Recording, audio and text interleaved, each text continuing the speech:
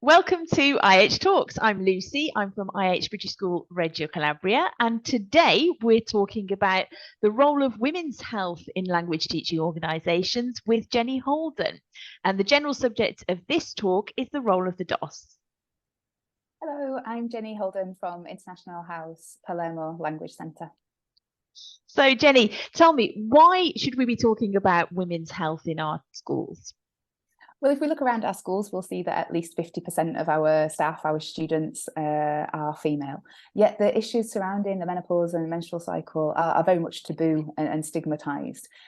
So my idea is that if we raise awareness of the issues surrounding female health, we can use it as a powerful tool as a leader. Now that's for male and female leaders.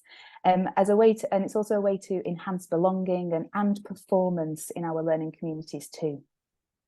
So it's a really important topic, but where did the interest in this topic come from? Well, as part of International House, we get to go to lots of conferences and learn from experts on various fields. Now, as a novice DOS, I was really interested in time management. There's always too much to do as a DOS, and I kept getting the same piece of advice. You need to find that time of the day when you're at your most productive. And I really struggled to find that. And I go back to the conference the next year, get the same advice, and it just didn't work for me. And I came to realise years later that actually that's aimed at somebody who's got a 24-hour hormonal cycle, i.e. a man, and I need to manage my performance based around the whole month. So this is where it comes out of, and then that led on to a more interest in female health and the role of female health in organisations as a whole. Mm-hmm. And in your talk, you gave a lot of practical tips for how schools can support women and focus on female health.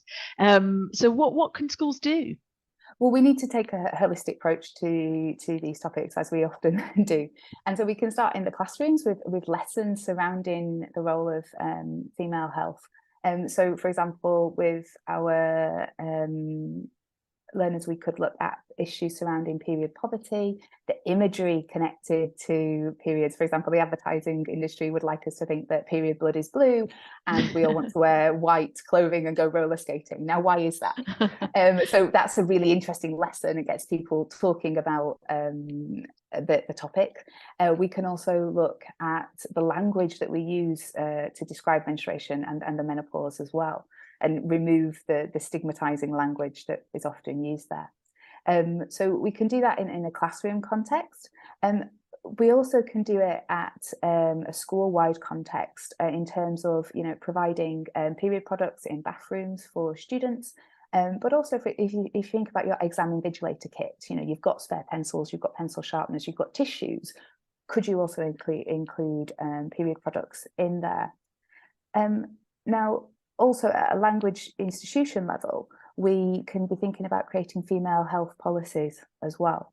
Now, unfortunately, in this moment, I can't summarise all those policies. However, if you look for women's health policies online, you'll find lots of templates for those. The reason being because female health does have a big impact on performance, not only of our staff, but of our students as well. We mentioned period poverty earlier. And a lot of people are missing out on education because they can't attend classes because they've got their period, or not just because they can't afford the products, but because actually the impact of having a period, it's quite painful. You might not feel your best.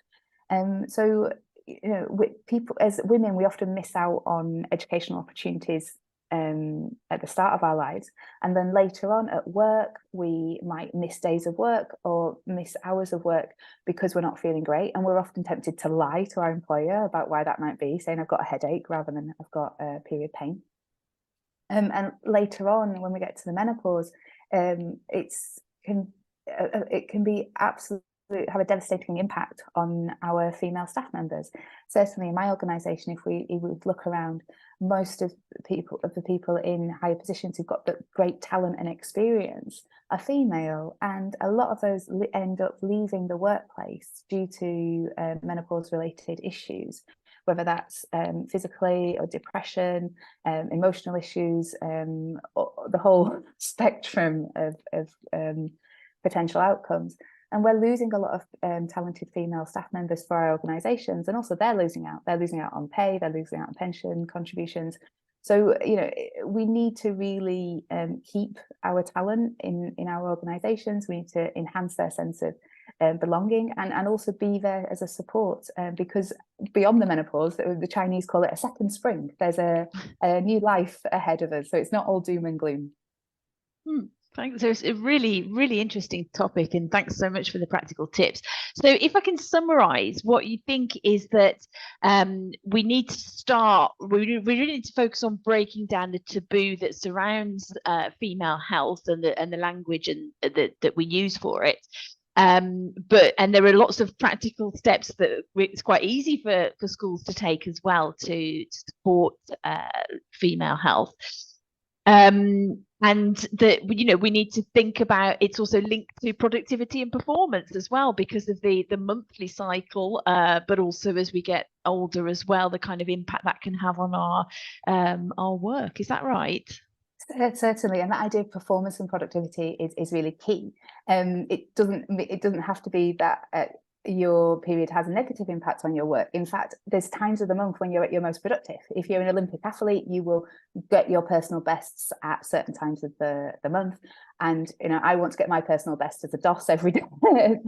And I know how, if I can harness my hormones and think about that cycle, track my cycle, then I can hopefully be a better DOS. Okay, thank you so much, Jenny, for your time today. And that brings to an end our IH talk for today. Thank you.